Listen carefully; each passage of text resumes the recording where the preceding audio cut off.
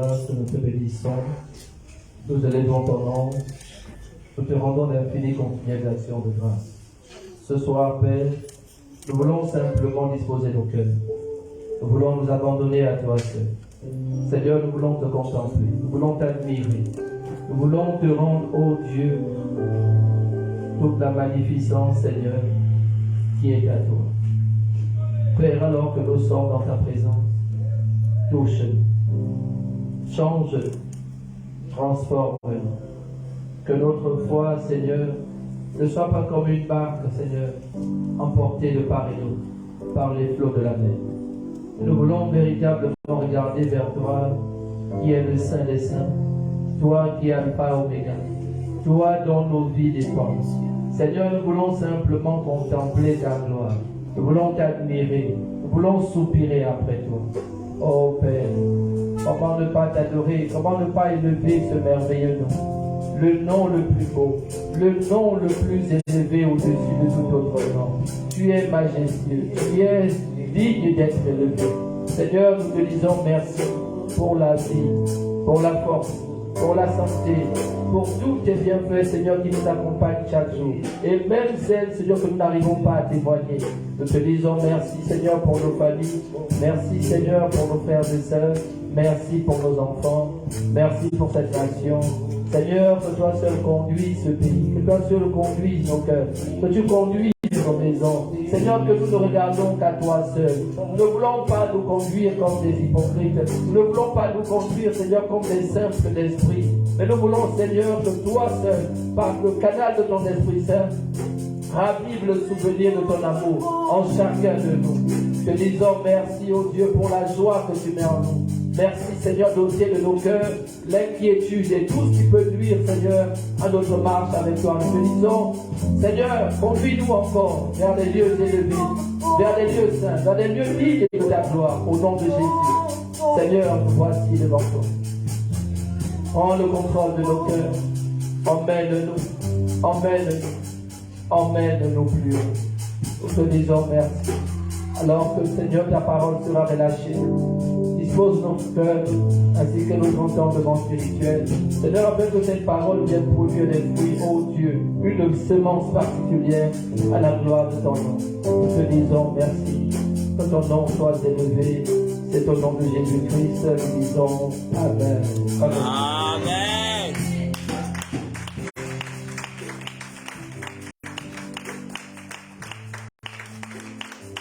Nous voulons, Seigneur, recevoir de toi une nouvelle recette qui rafraîchit nos cœurs,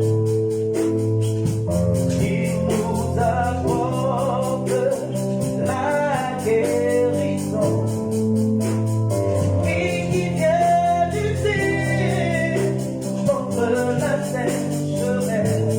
Voulons, Seigneur,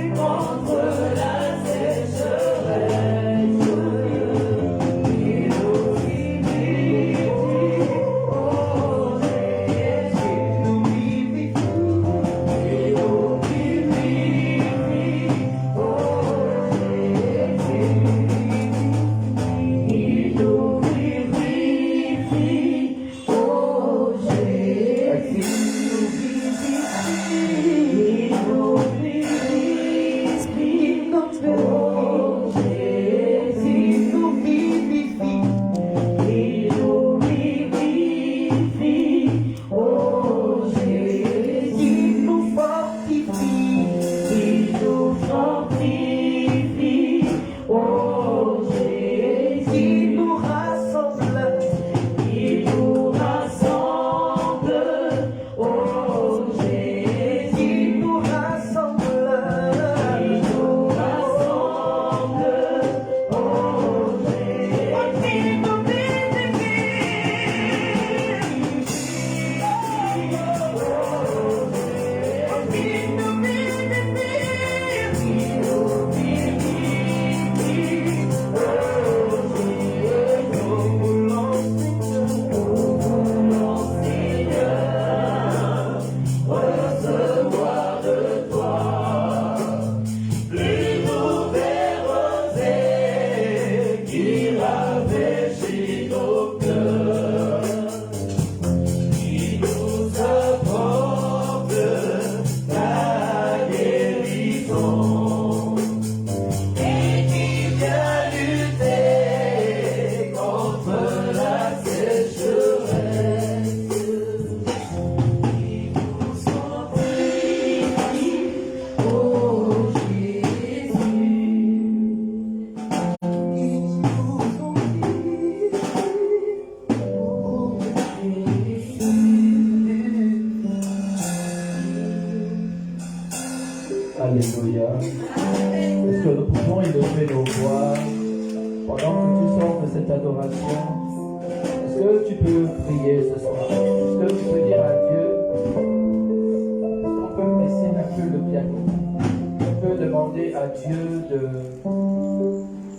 d'étendre sa main contre toutes les ruses de l'ennemi qui sévit en ce moment par toute forme de maladie, par toute forme de douleur. Est-ce que tu peux élever ta voix? Et même si tu es en bonne santé, ça ne veut pas dire qu'un jour tu ne seras pas malade. Mais si tu commences à intercéder aujourd'hui pour ceux qui souffrent dans le secret, alors Dieu se souviendra de ta prière ce soir. Alors je voudrais que nous puissions élever nos voix ce soir et dire à Dieu d'étendre sa main en faveur de tous ceux qui souffrent, quelle que soit la maladie, quelle que soit la douleur, et de venir mettre un terme à toutes les ruses du diable qui veut rendre ses enfants fragiles. Élevons nos voix, bien-aimés, commence à prier. La Bible dit, Commence à oh, prier. que tu es le médecin par excellence. Prie encore. Oh Seigneur, il n'y a aucune maladie sur la terre qui est Seigneur, Père capable de de grâce, guérir. nous venons te Oh Seigneur, j'aimerais te remettre les malades et les guéris. Oh Seigneur, ce qui passe dans ces gens opératoires, ceux qui souffrent du pathologie quelconque.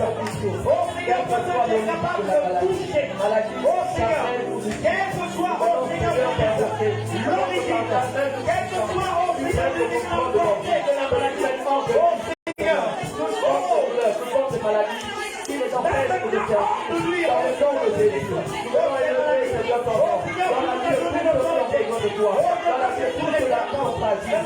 Dans le nom de Jésus. Nous prions à toi, Père. Avec que tu prennes le contrôle. De la force, de la défense, de tous les forces. Dans le nom de Jésus. Seigneur, passe toute forme de maladie. Oh Seigneur, douleur. Dans leur corps, dans le nom de Jésus.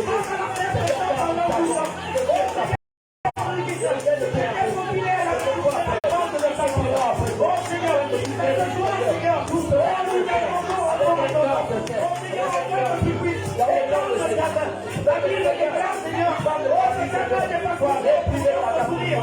Alors supplication à toi, oh Seigneur, de la personne qui t'apportera ce soir, oh Seigneur, oh Dans le nom de Jésus. Oh Seigneur, la réponse au monde, nous croyons que par toi, oh Seigneur, d'ailleurs, touche-nous, oh Seigneur, la Bible dit que par tes meurtrissures nous sommes guéris. c'est pourquoi, Par tes Seigneur, meurtrissures nous nous sommes élevons ta guéris. majesté. Oh Seigneur, ils sont maintenant guéris de par tes meurtrissures. Oh, de par tes meurtrissures, ils sont maintenant guéris. Oh, non, puissant de Jésus, de par tes mains. Oh Seigneur, que ton sang maintenant, oh Seigneur, là où ils ont pu oh leur couvre maintenant. Oh Seigneur, que les partisans, que les compartiments, Seigneur, nous croyons que oh, de leur organe, croyons, oh Seigneur, Seigneur, que rien ne peut imposer. C'est pourquoi, Seigneur, dans le nous nom prions après toi, au souffrement après toi. Seigneur et gloire, oh Seigneur, c'est dans le merveilleux nom. oh Seigneur, ta parole ne retourne pas à toi sans Je confiance. te disons merci, Jésus. Oh Seigneur, merci parce que ta parole, Que oh toute Seigneur, l'honneur et la gloire te soient rendues. C'est au nom de Jésus-Christ que nous allons prier. Nous disons Amen. Nous allons prier également pour ceux qui subissent des persécutions. Bien-aimé, la persécution n'est pas que physique. La persécution commence dans l'obscurité. La persécution commence même dans le sommeil. La persécution commence par des œuvres mystiques. Tu n'es pas obligé toujours de comprendre, mais la persécution a son origine dans les lieux véritablement mystérieux. Pourquoi ce soir, j'aimerais que tu élèves la voix. Tous ceux-là qui sont persécutés, la persécution dans le lieu de travail, persécution spirituelle, élève la voix et commence à dire à Dieu, Seigneur, prends autorité dans leur vie, que la persécution qui se lève dans la vie d'un frère, d'une sœur, et qu'il empêche de te servir en esprit, en vérité. Seigneur, que tu mettes intervention dans le nom de Jésus, que tu relèves ton esprit, et qu'il sache, ou qu'elle sache, Seigneur, que tu es puissant. Seigneur, tu es si puissant que rien ne t'est impossible. C'est pourquoi ce soir, nous voulons élever la voix vers toi, afin de prier à toi, Adonai. Seigneur, tu es digne d'être élevé. C'est pourquoi nous soupirons après toi, Seigneur, afin de bien prendre, Seigneur, autorité dans la vie de ceux-là. Traverse et qui passe, Seigneur, dans les heures les plus calmes, quelle que soit la force de la persécution. Viens le Dieu, oh Seigneur, dans les qui calme les forces. Oh Seigneur, viens le temps calmer les forces de l'essence, viens la persécution. Oh Seigneur, qui le nom vient au fait. Oh Seigneur, la vie de mon frère, la vie de ma élève, la vie des besoins essentiels, dans cette assemblée. Oh Seigneur, viens me faire la force de la persécution. Oh Seigneur, c'est celui qui calme les forces, c'est celui qui calme les forces. Oh Seigneur, agis maintenant.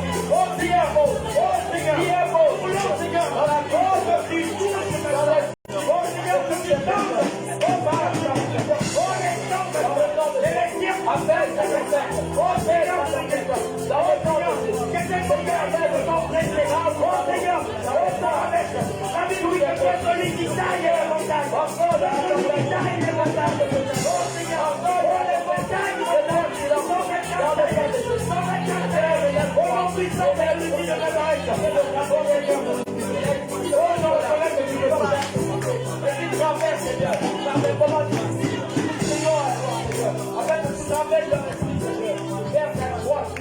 dans le nom de Jésus, nous te disons merci.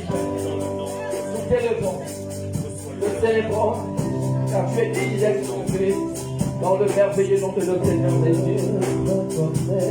Yes. Que tu pardonnes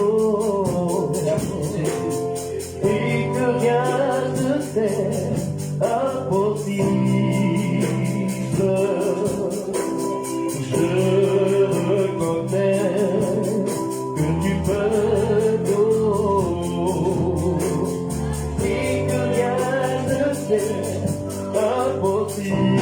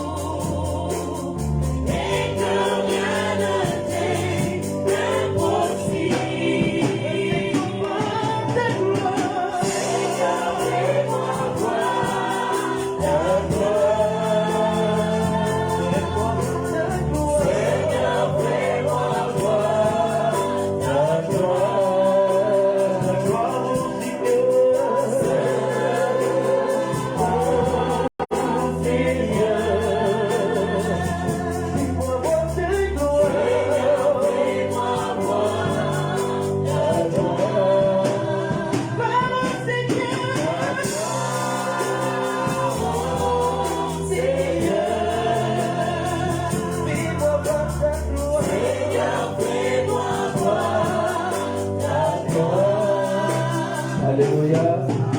Bien-aimé, je voudrais que tu élèves la voix ce soir. Nous sommes dans les temps de Pâques. Nous sommes dans les temps de résurrection. Je voudrais que tu dises à Dieu ce soir, Seigneur, tourne mon cœur. Que mon cœur ne soit pas le même. Je veux avoir un cœur pour t'adorer, un cœur pour te servir, un cœur pour te célébrer. Alors, bien-aimé, là où tu es, je sais que ton cœur vit encore des persécutions. Je suis encore en train de suivre les œuvres de la chair. Mais parle ce soir à Dieu et dis à Dieu que de moi-même je ne peux pas.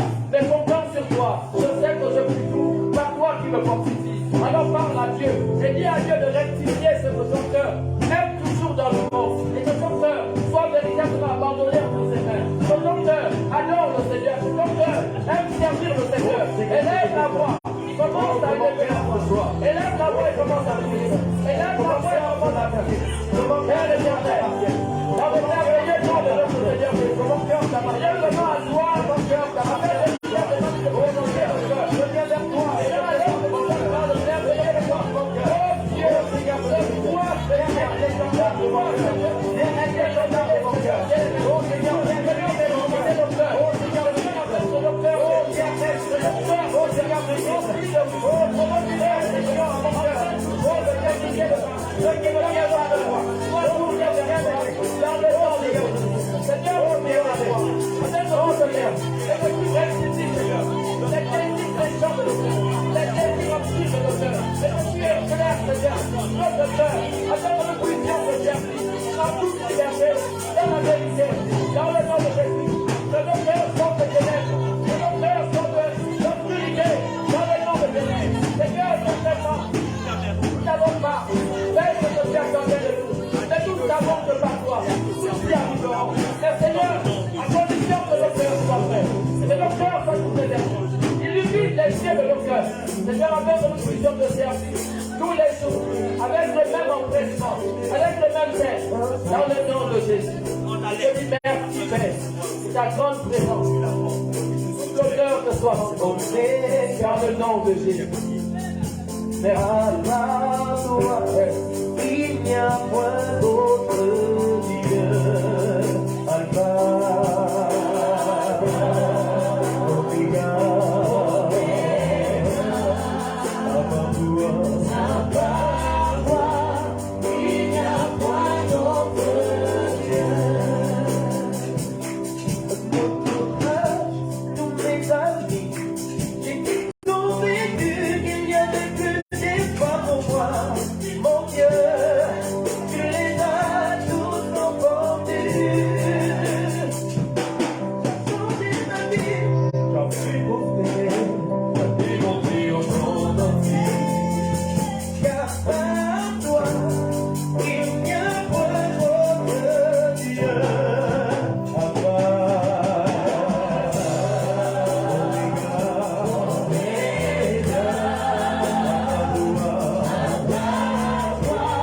il n'y a point d'autre Dieu. Oh mon Dieu, je veux t'adorer, car tu as fait dans ma vie des prodiges.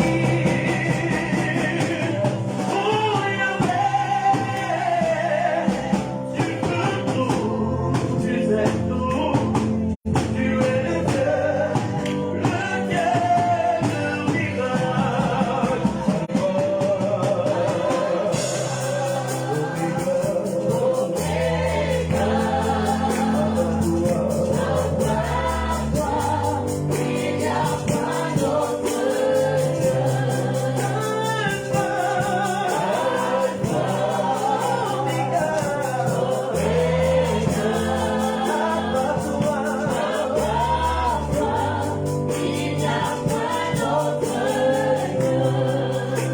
Alléluia.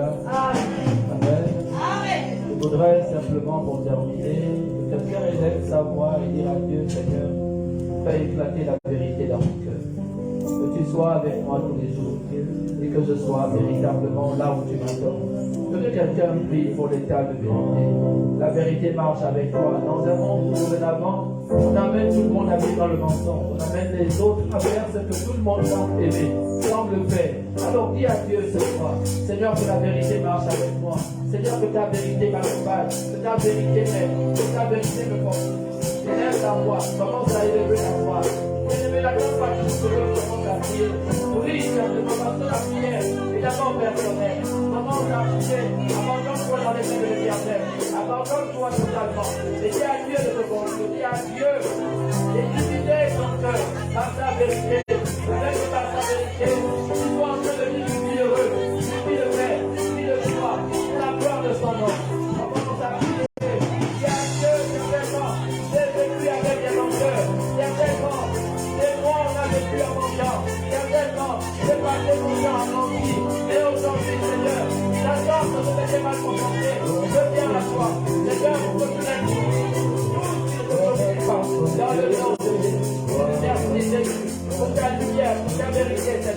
me permet de te servir. Dans le nom de Jésus. Dans le nom de Jésus. Alléluia. Amen. Alléluia. Amen. Que tu peux l'acclamer pour la gloire de Dieu.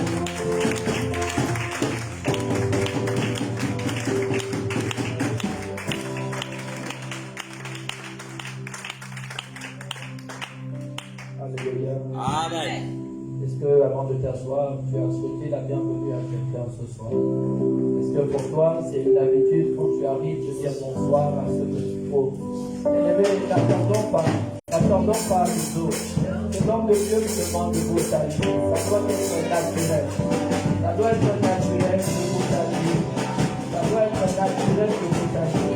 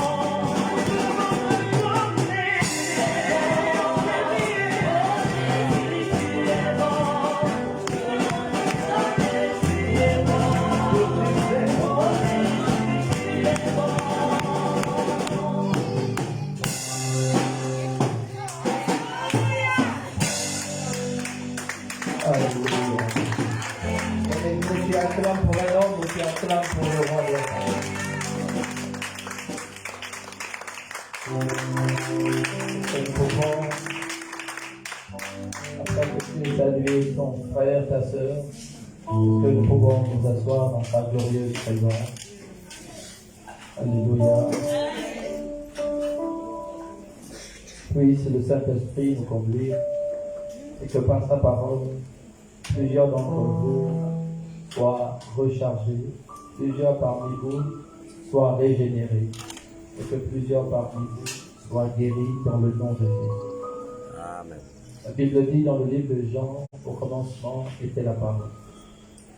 Cette parole qui s'est faite chair, qui a dès le commencement a toujours été avec lui, car il était lui-même la parole. Je voudrais que les enfants de Dieu souvent ne s'amusent pas avec la parole de Dieu qui est proclamée. Arrêtez d'écouter le message et de ne pas voir vos vies changer, c'est dommage. Vous savez, ce que nous sommes en train de faire aujourd'hui ressemble étrangement à ce que le peuple hébreu faisait. Ils ont vu plusieurs prophètes passer. Ils ont vu plusieurs prophètes passer. Et pourtant, ils ne croyaient toujours pas. Même lorsque Jésus était parmi eux, ils ne croyaient pas. La parole de Dieu est semblable à une lame, à un couteau à double tranchant. Ne sera jamais le côté qui est plus tranchant. Si tu veux t'amuser à jouer avec un tel couteau, tu risquerais de te faire mal. Beaucoup se sont fait mal parce qu'ils étaient à l'église et ils ont passé le temps à écouter des messages qui n'ont jamais transformé leur vie. Ils ont écouté des messages qui ne les amenaient pas à prendre des décisions. Ils ont écouté des messages, finalement, qui permettaient qu'ils soient les mêmes. Puisque dorénavant, aujourd'hui, il y a des églises où la parole de Dieu est prêchée pour encourager les gens à vivre dans le péché. Aujourd'hui, il y a des hommes de Dieu quand ils prêchent, on ne peut plus donner la parole dans sa vérité, on peut maintenant s'accommoder à ce qui se fait. Est-ce que parce que les choses sont telles qu'il ne faut plus proclamer l'évangile, ou bien maintenant nous devons adapter l'évangile à ce que nous faisons? Voilà ce qui est en train de se faire. Je voyais récemment la prédication d'un homme de Dieu sur Facebook. Et il disait, je ne suis pas là pour vous condamner, Dieu comme Dieu. Moi, mon évangile doit s'adapter à vous. Je pose la question souvent, si certains hommes de Dieu, en devenant célèbres, ils perdent un peu de sagesse. Vous voyez, la célébrité est un danger au sacerdoce que vous pratiquez. La célébrité, parfois, te fait perdre l'essence de ce qui est important dans la parole de Dieu. Vous savez, nous pouvons aujourd'hui boire, manger et faire tout ce que nous faisons. Mais qu'est-ce que Dieu trouve important dans ce que nous faisons?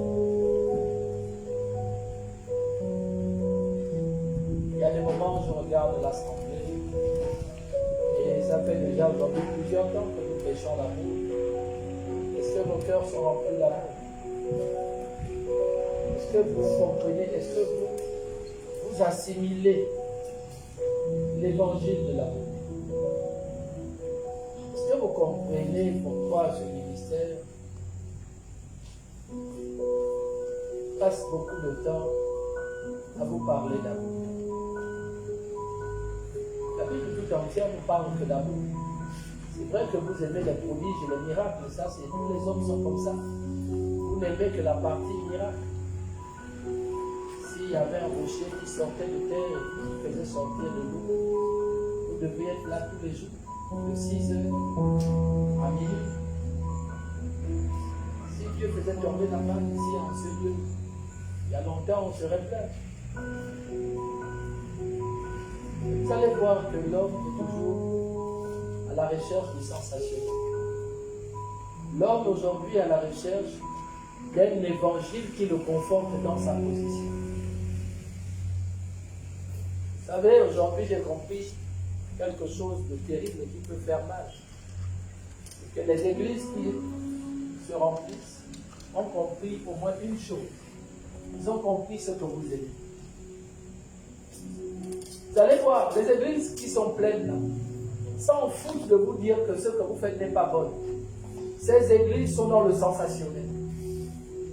On est dans tout ce qui est prophétique.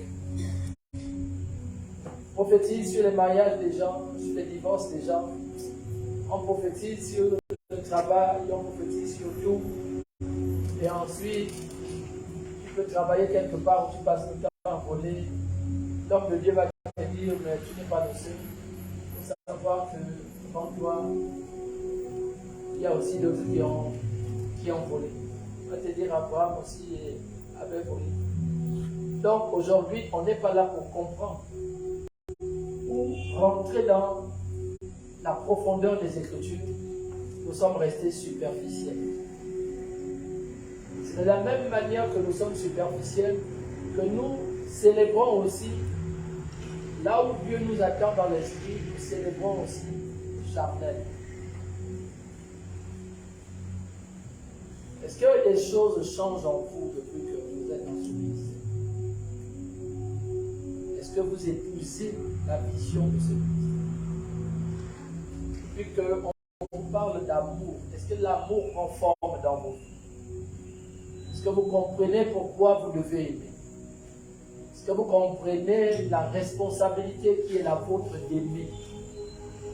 Il y a un verset que j'aime bien, c'est que la Bible nous dit que Dieu a tant aimé le monde.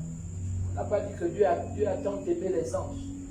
On n'a pas dit Dieu a tant aimé son règne. On n'a pas dit Dieu a tant aimé son fils.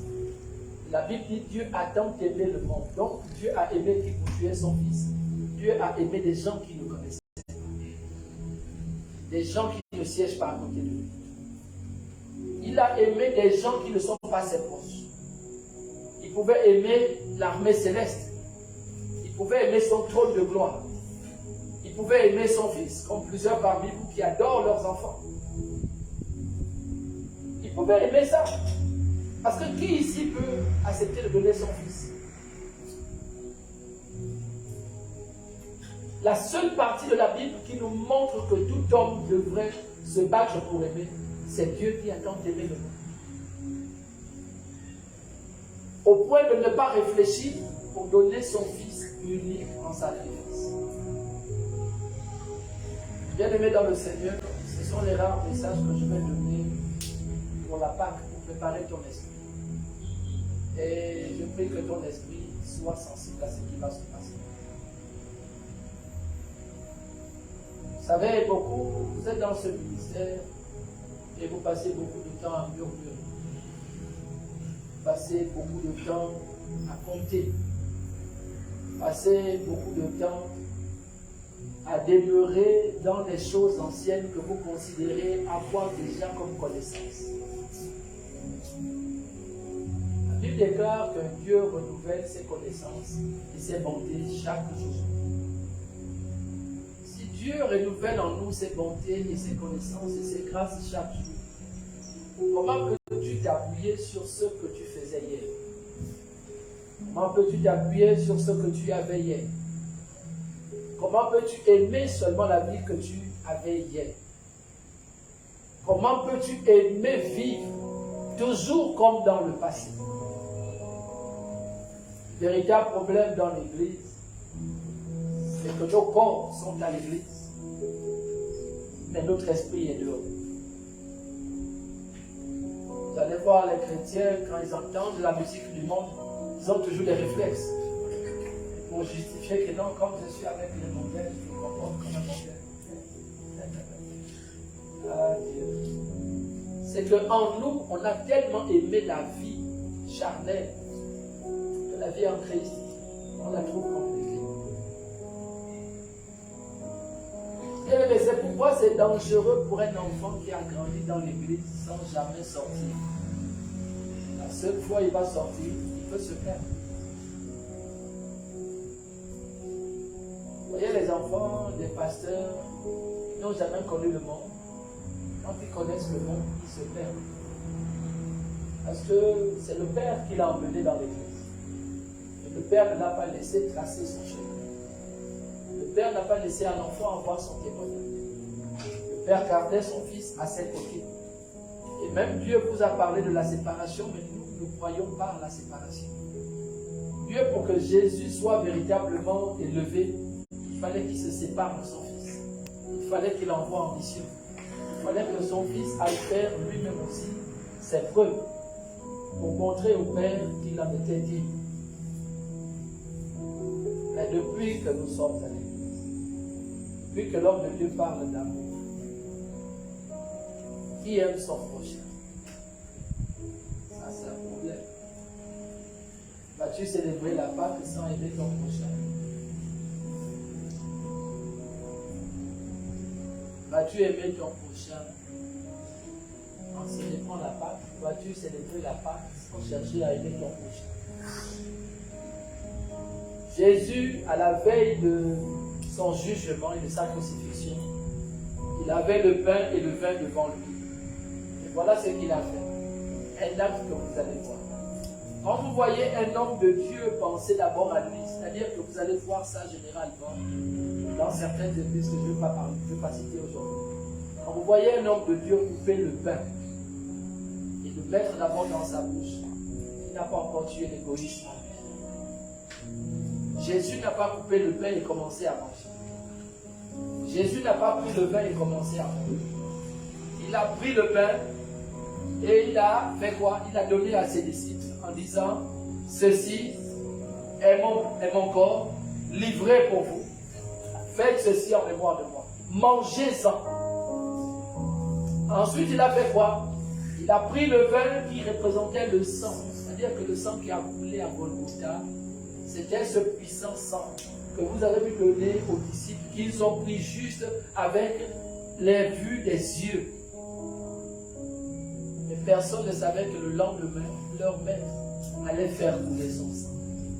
Que son corps allait être donné en pâture, comme le pain que nous pourrons tous pour chacun prendre sa part et puis disparaître. Ceci est mon corps, donné pour vous. Il n'a pas donné son corps pour les anges. Il n'a pas donné même son corps pour son Père. Il a donné son corps pour toi et moi. Son sang n'a pas coulé pour que les anges soient élevés. Mais son sang a coulé pour que toi et moi, nous soyons sauvés.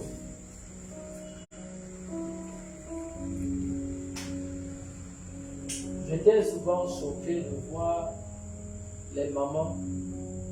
Je crois que les nouvelles mamans aussi le font, je crois. Je n'atteste rien. Mais moi, j'ai vu ma mère toujours prendre le peu qui restait pour donner aux enfants. C'est-à-dire, je ne voyais jamais. C'est-à-dire, quand je dis aux enfants, on pouvait même être avec nos amis parce que nos amis devenaient des enfants. Donc, ils devenaient nos frères. C'est que je n'ai jamais vu ma mère manger avant nous. Je n'ai jamais vu ma mère dormir avant nous. Je n'ai jamais vu, c'est-à-dire que ça, ce sont des témoignages pour ça. Les nouveaux parents, eux, ils dorment et les enfants sont au salon. C'est les enfants qui ont la télécommande. Les parents sont dans la chambre. Les enfants sont au salon. Aujourd'hui que nous célébrons Pâques dans quelques jours, est-ce que tu prends la peine de revoir ta vie? Est-ce que tu prends la peine de revoir là où il y a ton égocentrisme, là où ton ego est plus élevé? Quelles sont les choses que tu n'arrives pas à ôter de ta vie? Quelles sont les choses dont tu n'arrives pas à te séparer?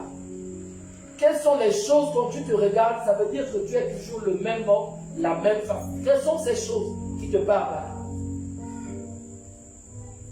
Bien-aimé, chaque fois que tu sers Dieu, il faut toujours être sûr d'une chose, c'est qu'il y a des choses qui ne sont pas bien en toi, qui sont en train de quitter.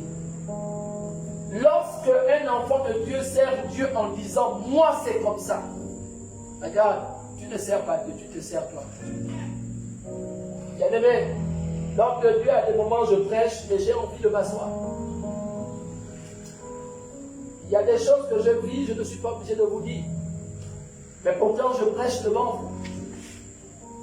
Il y a des événements que je traverse que, humainement, j'aurais envie de me reposer. Mais pour Dieu, je n'ai aucune raison de ne pas servir.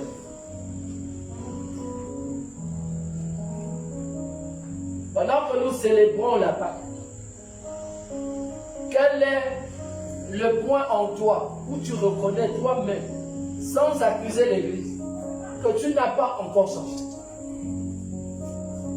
Est-ce que quand on te parle, tu arrives à te taire sans répondre? Est-ce que quand il y a à manger, tu manges le dernier ou tu es toujours en train de manger le premier?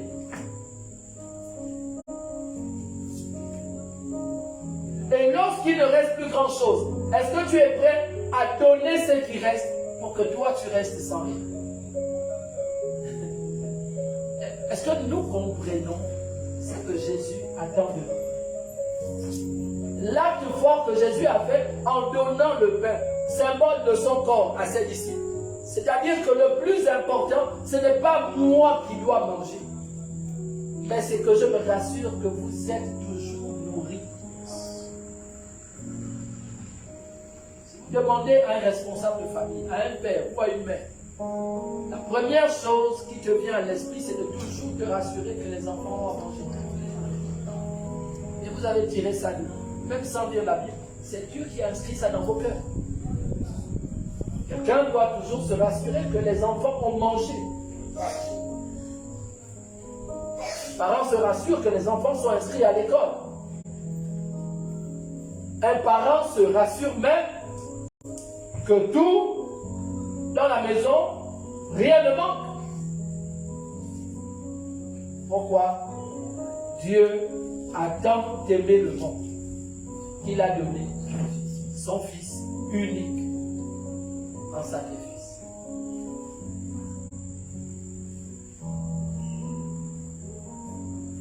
Est-ce que tu peux donner à l'enfant de ton voisin la nourriture qui reste alors que tes enfants n'ont pas mangé? Voilà les vraies questions aujourd'hui à l'église. Nous sommes chrétiens, c'est pour faire quoi? Voyons des chrétiens manger alors qu'à côté de Jésus, les gens pleurent la faim. Et parfois même la nourriture qui reste, on met à la poubelle. Mais à côté, il y a des voisins qui meurent de faim. Moi ici dans ma maison, j'ai parfois insulté les gens. J'ai parfois insulté les gens qui sont avec moi. Ils gardent des assiettes de nourriture au frais. Et le lendemain, ils vont balancer. Un jour, j'ai dit, 2 fois déjà, j'ai dit. Dès que ça arrive la 3e fois, j'ai dit, Dieu vous punira de faim un jour. Vous savez, il y a plusieurs façons de se moquer de Dieu. Ou de se moquer de ceux qui souffrent. Soit tu dis à Dieu, je ne t'ai pas demandé de me nourrir. Soit tu dis à Dieu, ce n'est pas moi qui ai dit aux autres d'être pauvres. Bien-aimé, aujourd'hui, quelle est la seule raison valable pour laquelle Christ peut être digne de toi pour être allé à la croix? Donne-moi une seule raison en toi qui pourra pousser Jésus le jour de la Pâque à te regarder au lieu de regarder quelqu'un d'autre. Dis-moi pourquoi tes œuvres ou les offrandes, les prémices que tu vas offrir auront une meilleure odeur que d'autres. Pourquoi Dieu devra regarder à tes prémices plus qu'aux prémices des autres? Rassure-toi que ton cœur y est.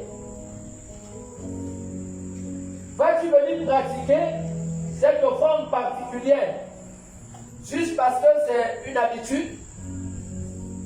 Tu as l'habitude de donner à Dieu, même si on murmure, même si on n'est pas d'accord, même si on ne comprend pas le principe. Mais quand tu viendras donner, c'est ton cœur qui donnera ou c'est ton habitude qui donnera? Beaucoup se posent souvent la question pourquoi on n'est pas béni. La raison pour laquelle nous ne sommes pas bénis, c'est parce que même lors des cérémonies solennelles comme la Pâque, les gens s'amusent à venir donner à Dieu des offrandes dont ils ont déjà murmuré, dont ils ont déjà maudit et dont ils disent eux-mêmes ne pas comprendre. Ils viennent célébrer Dieu en prenant son pain et son vin, pour paraphraser son corps et son sang, en disant même qu'est-ce que ça va ajouter, qu'est-ce que ça va faire, qu'est-ce que ça va m'enlever, qu'est-ce qui va changer.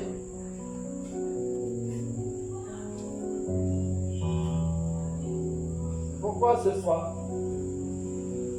l'Éternel me dit de dire à toi, comment vis-tu ta nouvelle naissance? Allons pour ce thème, comment vis-tu ta nouvelle naissance? Plusieurs parmi nous sont nés de nouveau depuis longtemps. Nous célébrons la Pâque depuis longtemps. Mais nos attitudes montrent le contraire. Nous sommes chrétiens depuis longtemps. Mais en nous, le péché continue à vomir. Nous sommes chrétiens depuis longtemps, mais rien ne montre que nous sommes chrétiens. Nous sommes chrétiens depuis longtemps, mais mon corps réagit comme lorsque j'étais dans le monde.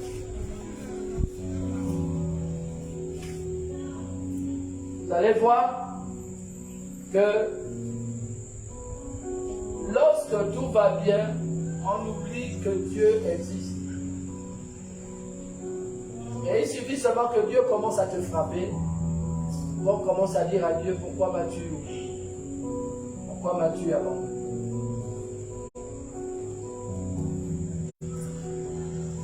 Et il me montra une image. Et il m'emmena dans la ville. Et j'ai vu que cette image m'avait traumatisé et m'avait bouleversé. Alors que je n'avais quasiment pas dormi la nuit. Et il me réveilla aux alentours de 3h, 4h pour me montrer cette image que je vais montrer aux enfants. Les enfants de Dieu ne se sont pas rendus compte que toute la Bible, de la Genèse à l'Apocalypse, nous a toujours parlé de nouvelle naissance. Nous a parlé de quelqu'un qui doit mourir pour renaître. Nous a parlé de quelqu'un qui doit partir d'un lieu pour être mieux ailleurs. On nous a toujours parlé en fait de nouvelle naissance, mais nous n'avons pas compris pourquoi Dieu attend de nous une nouvelle naissance. Il va montrer une image que tu vas comprendre. Et il m'a dit, va dans la Bible. Pourquoi ai-je enlevé le peuple hébreu d'Égypte pour les amener à Canaan? J'ai aimé une adoration, j'ai demandé à un enfant de chanter ça ce soir.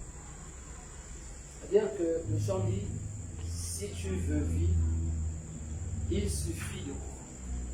C'est-à-dire, si tu veux vivre, il suffit pour toi de croire. Hein?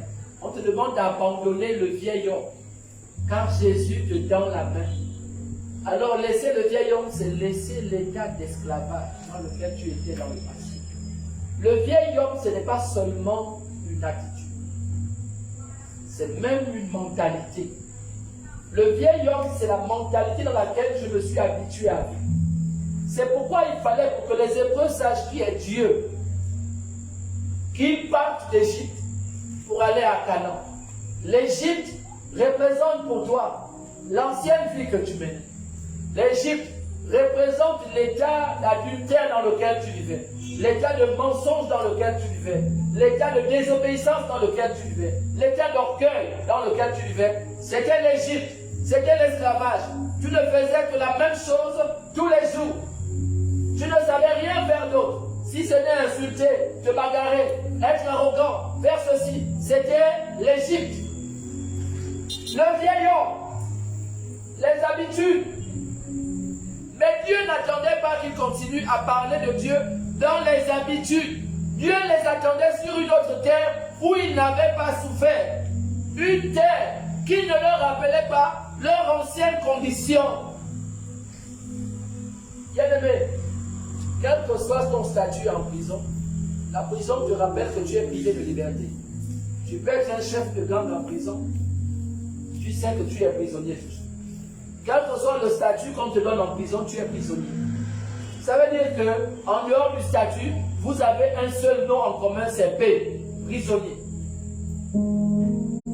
Tu es privé de liberté, donc tu es comme tout ceux-là même que tu commandes. Tu es peut-être un chef en prison, mais le chef des détenus, le chef des prisonniers.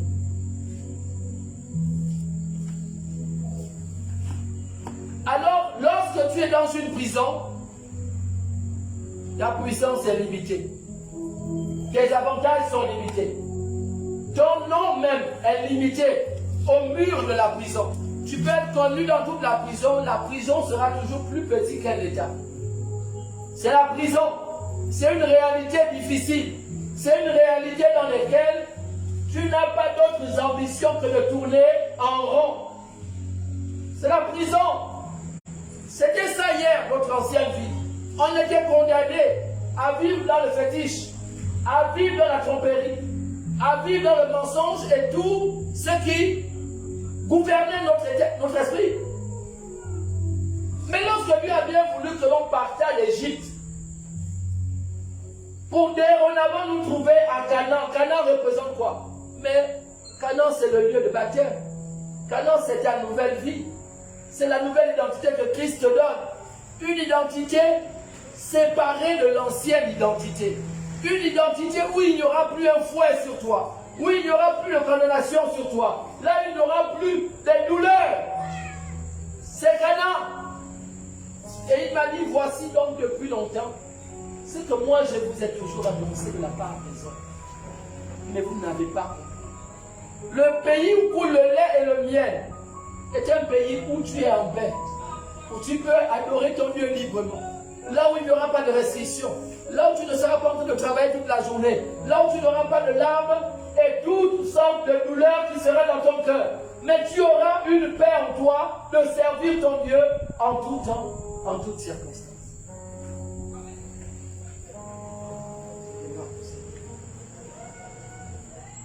Lorsque hier nous étions chez les parents, on était gouverné par les parents. On était soumis à la loi des parents. On obéissait à ce que nos parents. Et une fois que nous sommes partis de chez nos parents, pour dorénavant être indépendants, qu'est-ce qui se passe? on quitte d'un état. Là, on était sous contrôle pour un état de quoi? De liberté. Mais cette liberté ne doit pas te faire croire que tout est permis.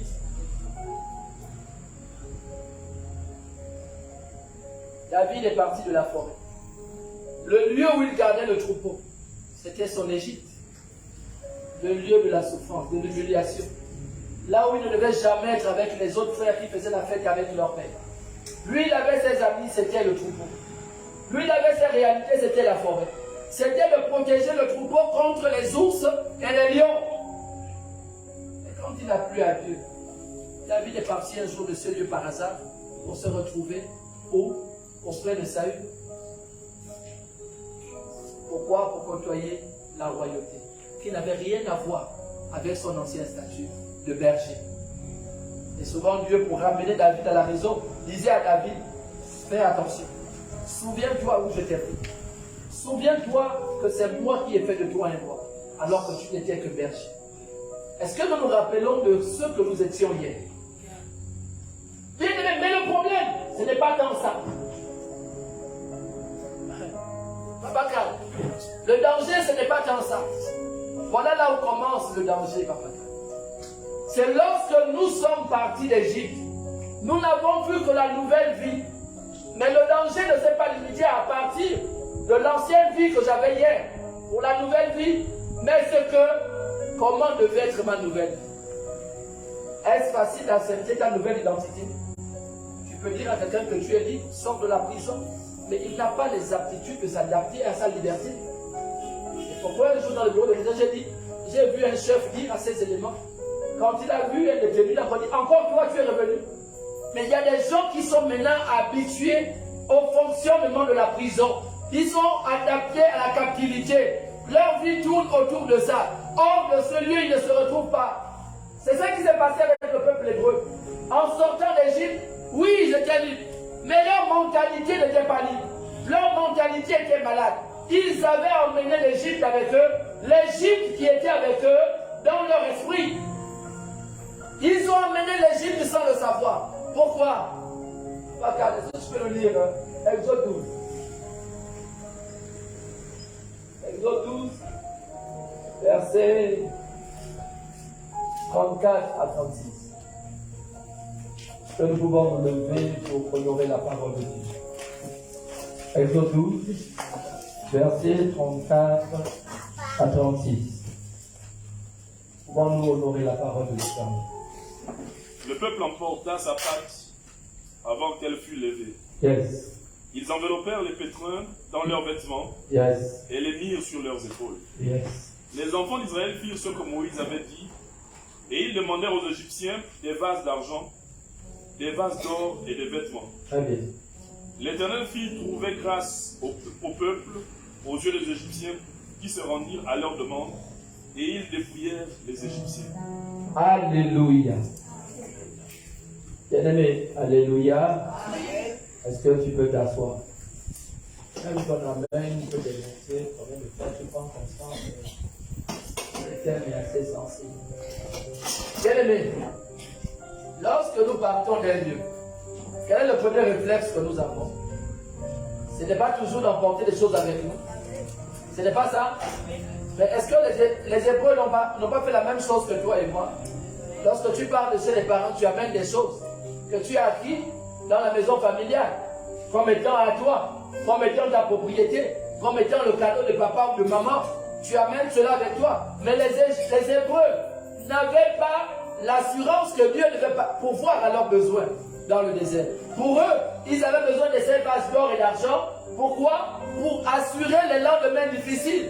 Parce que chacun de sortait d'Égypte avec le fait de comment allons-nous vivre. Alors qu'en Égypte, les Égyptiens prenaient soin de nous. Mais là, maintenant, nous prenons notre liberté. Comment sera notre vie? C'est la mentalité des enfants de Dieu. J'ai abandonné ma vie hier. Oui, hier, je travaillais. J'ai abandonné le travail à cause de l'homme de Dieu. Maintenant, qui prendra soin de moi? Lorsqu'on fait les calculs, avant d'abandonner le travail, je vais d'abord voler l'argent de l'entreprise pour avoir une bonne économie. Je vais d'abord bâtir un studio ou une maison, comme ça, lorsque je n'aurai pas d'argent, je saurai au moins que je ne suis plus en location. Bien-aimé, ces idées des hommes, c'est la limite de ton état d'esprit. C'est l'esclavage qui continue à t'accompagner dans tout ce que tu es en train de faire. Tu es limité et c'est pourquoi tu es toujours en train de tout calculer.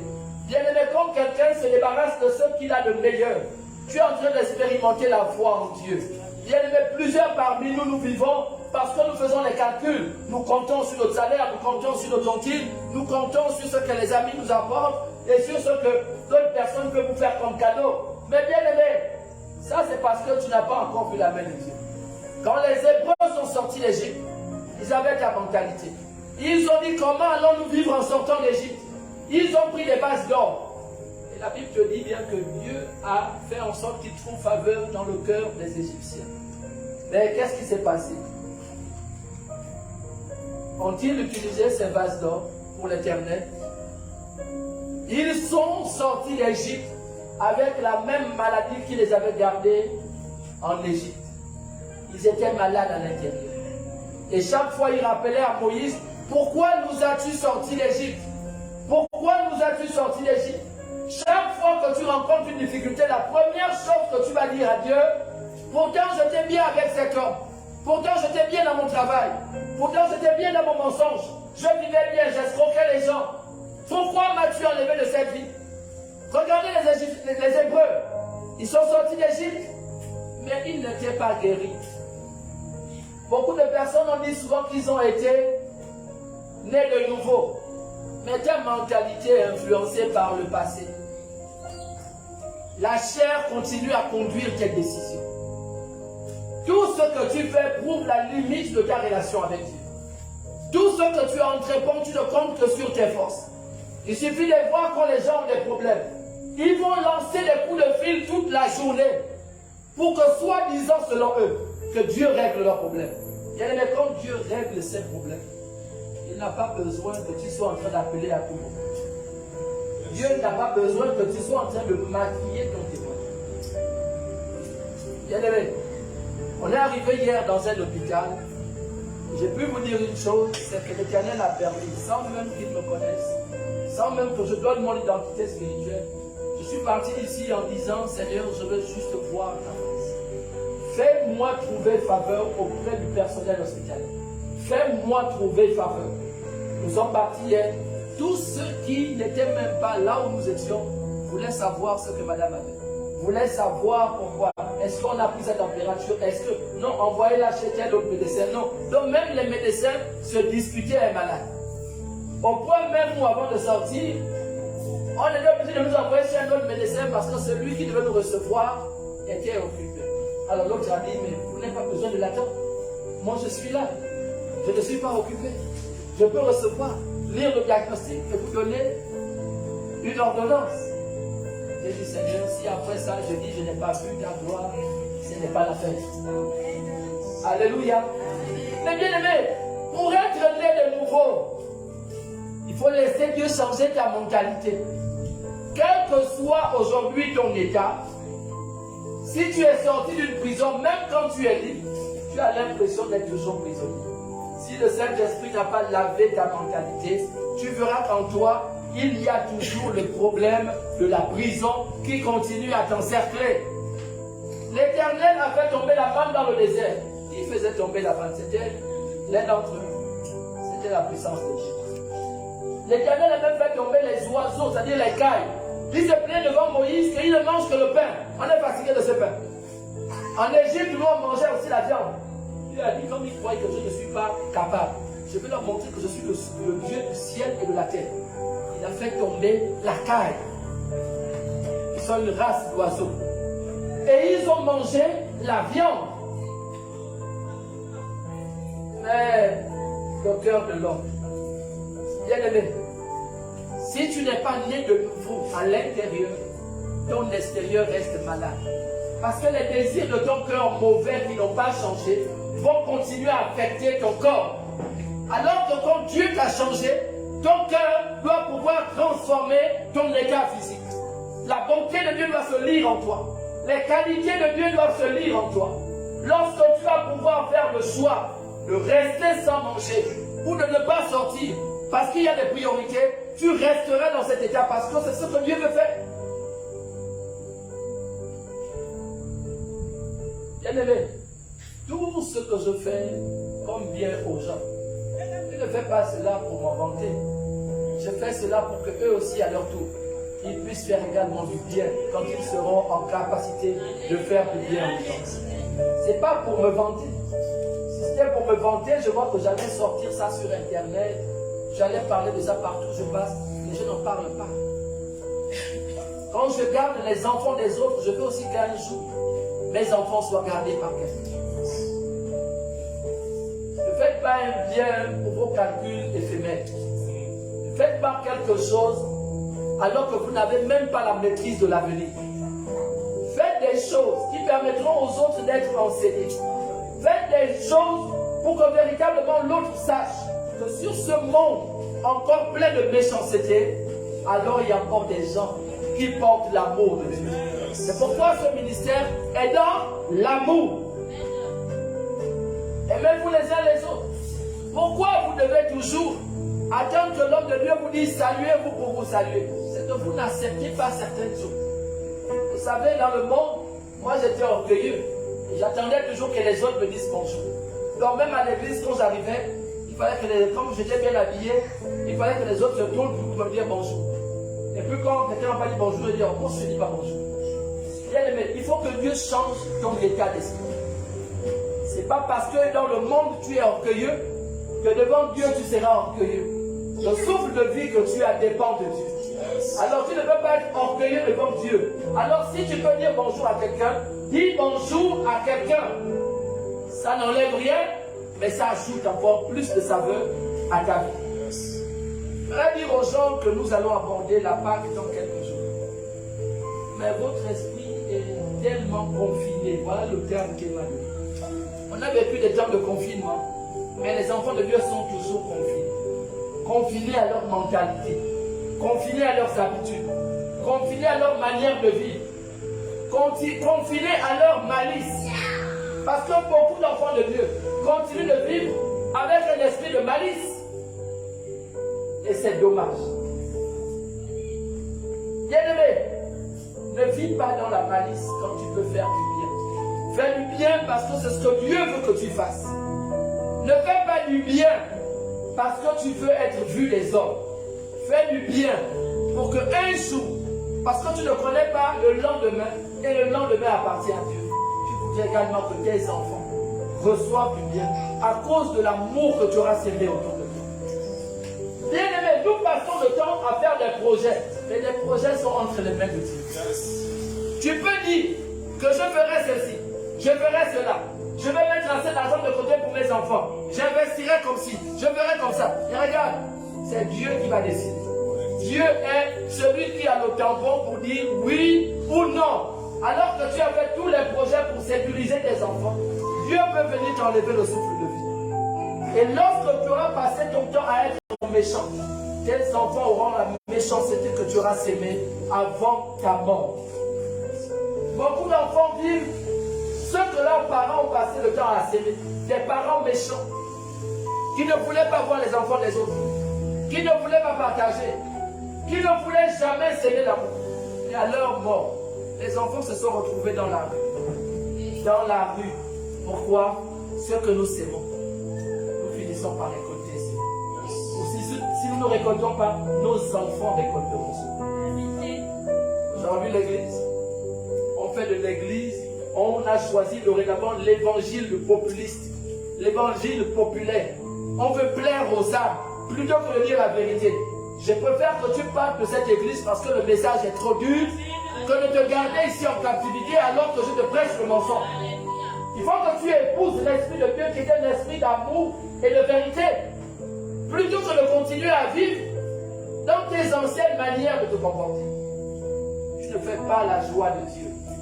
Tu peux donner toutes les offrandes du monde, même pendant la Pâque. Si ton cœur est tordu, tes offrandes seront tordues. Tes offrandes n'auront pas une bonne saveur devant l'Éternel.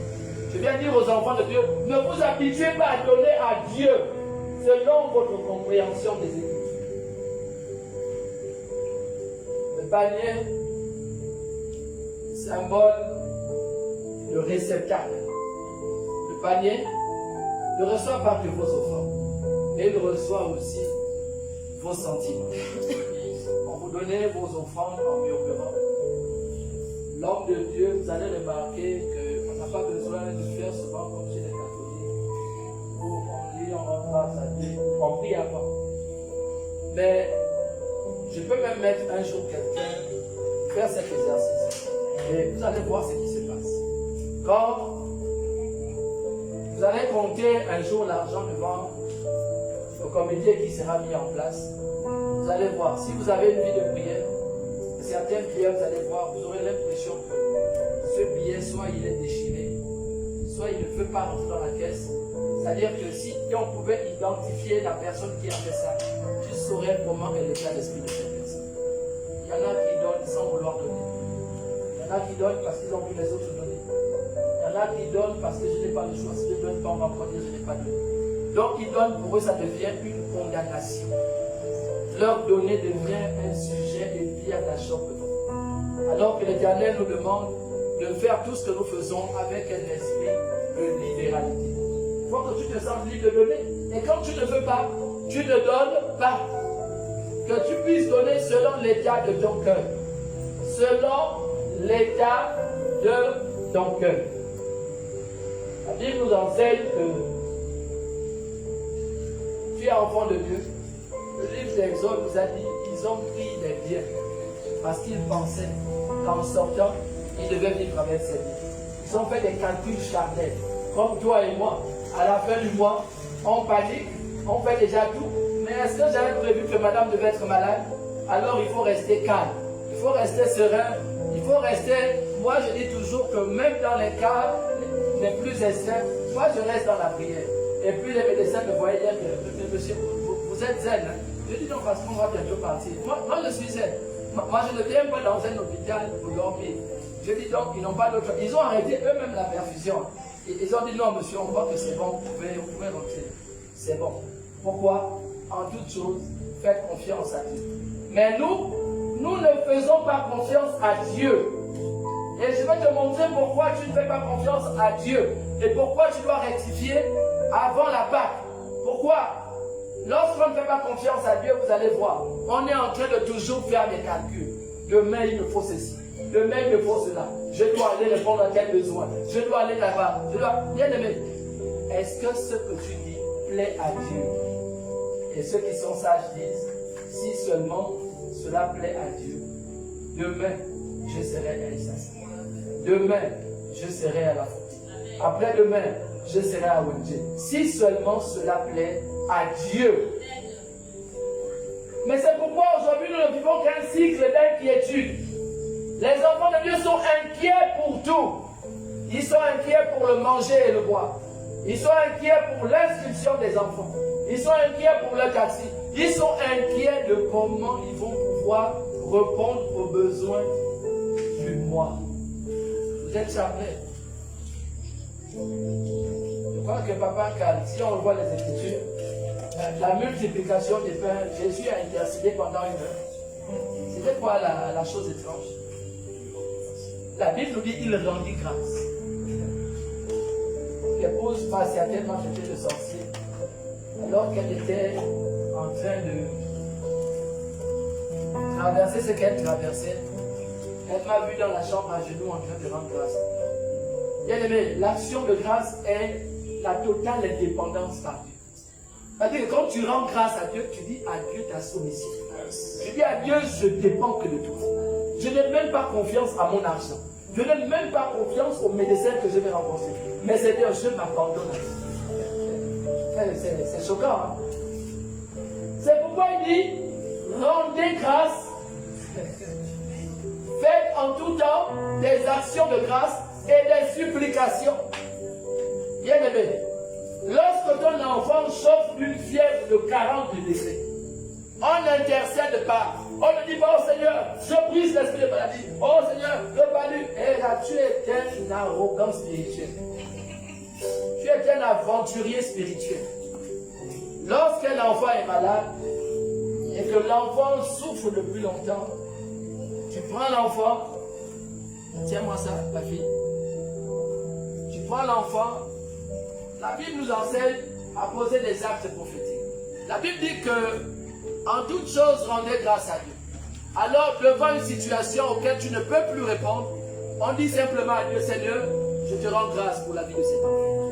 Parce que tu es le Dieu qui l'a donné le souffle de vie. Tu es le Dieu qui a permis qu'il vive. Tu es le Dieu qui l'a arraché des mains de l'ange de la mort. Alors, Seigneur, la vie de cet enfant est entre tes mains. Tu as fini de prier. Mais vous priez dans le doute et la peur. Il prie, l'enfant la quiette. Oh, arrête le taxi. Seigneur, mon enfant, agis. Ton enfant va mourir avec puissance. Parce que tu doutes même de Dieu. Tu as une arrogance spirituelle. Et hier, quand on a pris le taxi, demandé aux gens, j'ai conditionné mon épouse. J'ai dit, quand on sort du portail, tu te tiens droit. Je ne veux pas de signe pour attirer l'attention des gens. Tu restes droit et tu montes dans le taxi avec élégance. Quand on est sorti du portail, le taxi aussi a garé et elle est montée avec élégance. Personne n'a eu besoin de courir. En toute chose, on fait confiance à Dieu. Lorsque tu vas donner ton offrande à la Pâque, lorsque tu vas vivre la Pâque, je veux que ton cœur soit serein. Ton cœur soit serein parce que c'est dire à Dieu, je dépends de toi. Sois calme. Ce qu'on peut avoir Exode 32.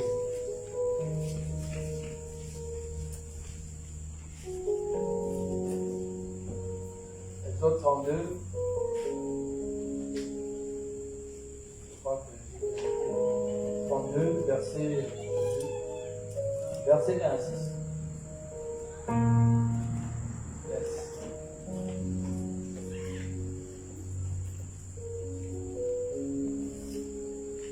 Je lis la parole de Dieu dans Exode 32, Yes. à partir de son premier verset. Oh. La Bible dit, le peuple voyant que Moïse tardait à descendre de la montagne, Hey. s'assembla autour d'Aaron et lui dit, Yes. allons, fais-nous un Dieu qui marche devant nous, car ce Moïse, cet homme qui nous a fait sortir d'Égypte, C'est Moïse, hein? nous ne savons ce qu'il est devenu. Très bien. Aaron leur dit, ôtez les anneaux d'or qui sont aux orteils de vos femmes, de vos fils et de vos filles, et apportez-les-moi. Yes. Et tous ôtèrent les anneaux d'or qui étaient à leurs oreilles, et ils les apportèrent à Aaron. Il les reçut de leurs mains, jeta l'or dans un moule, et fit un veau en fonte. Et ils dirent, Israël, voici ton Dieu, qui t'a fait sortir du pays d'Égypte. Oh yes. Lorsqu'Aaron vit cela, il bâtit un autel devant lui, Yes. et il s'écria, demain il y aura fête en l'honneur de l'Éternel. Hey! Quelle abomination. Le lendemain, ils se levèrent de bon matin, et ils offrirent des holocaustes et des sacrifices d'action de grâce. Le peuple s'assit pour manger et pour boire, puis ils se levèrent pour se divertir. Alléluia. Amen. Amen. On vous parle, on vous parle du peuple. Un peuple qui est loin de son berger. Un peuple qui est loin de la parole de Dieu. Retombe toujours dans le monde. Par manque d'occupation. Par manque d'évangile. Par manque de révélation. Cet homme qui nous a fait sortir d'Égypte. Donc, cet homme qui nous a prêché la parole. Quand bien même je mourrai, il y en a qui repartiront dans le monde. Parce que votre foi est accrochée à moi. Bien aimé, Aaron est accompagné de son petit frère. C'est lui qui a dit que demain il y aura une grande fête. Enfin, pas de fête. C'est-à-dire que quand tu es même fou, il y a des choses qu'il ne faut pas prononcer. Bien aimé, je te parle de ça parce que le cœur que le peuple hébreu avait, c'est le cœur que toi et moi nous avons. Vous allez voir que nous aimons nous justifier pour les choses de Dieu. On n'a pas souvent le temps en fait. Si on vous dit que le mercredi, vous savez qu'il y a un culte, mais le même mercredi à 18h, il y a une grande fête au quartier. Tu es même invité. Bien aimé. La moitié ne serait pas là. Pourquoi? On voit déjà le vin on voit déjà la nourriture. On voit déjà les gentils qui vont me draguer. Peut-être que parmi eux, il y a des enfants de l'église. Donc, que devenir père de mon temps à l'église. Il vaut mieux que je sois là.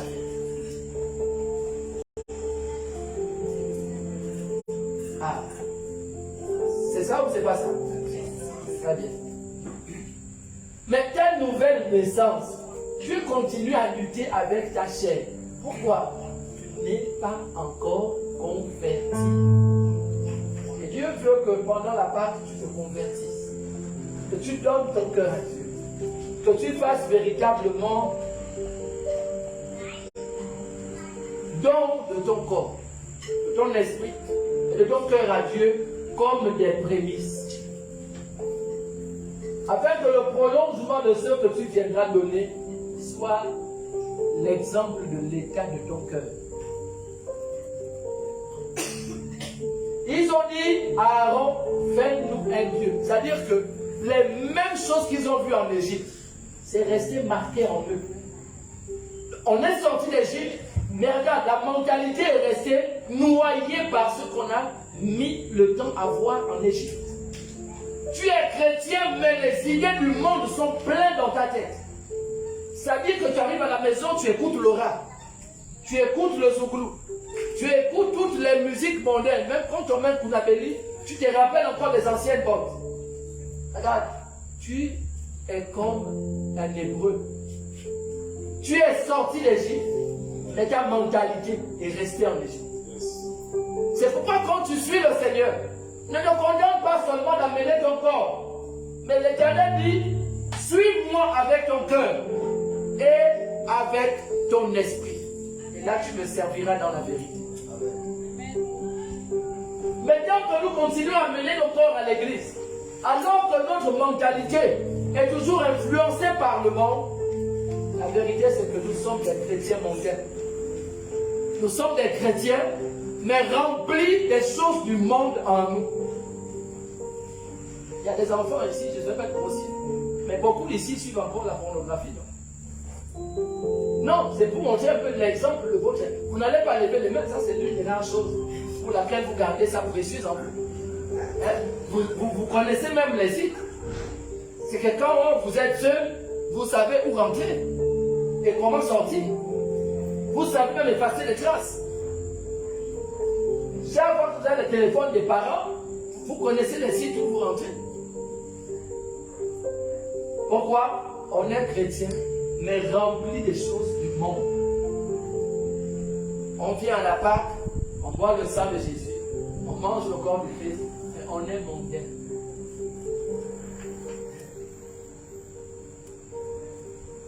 Depuis que nous sommes enfants de Dieu, nous refaisons les mêmes choses. Nous passons le temps à accuser l'Église. Mais comme ce que les Hébreux ont fait, c'est Moïse qui nous a sortis d'Égypte.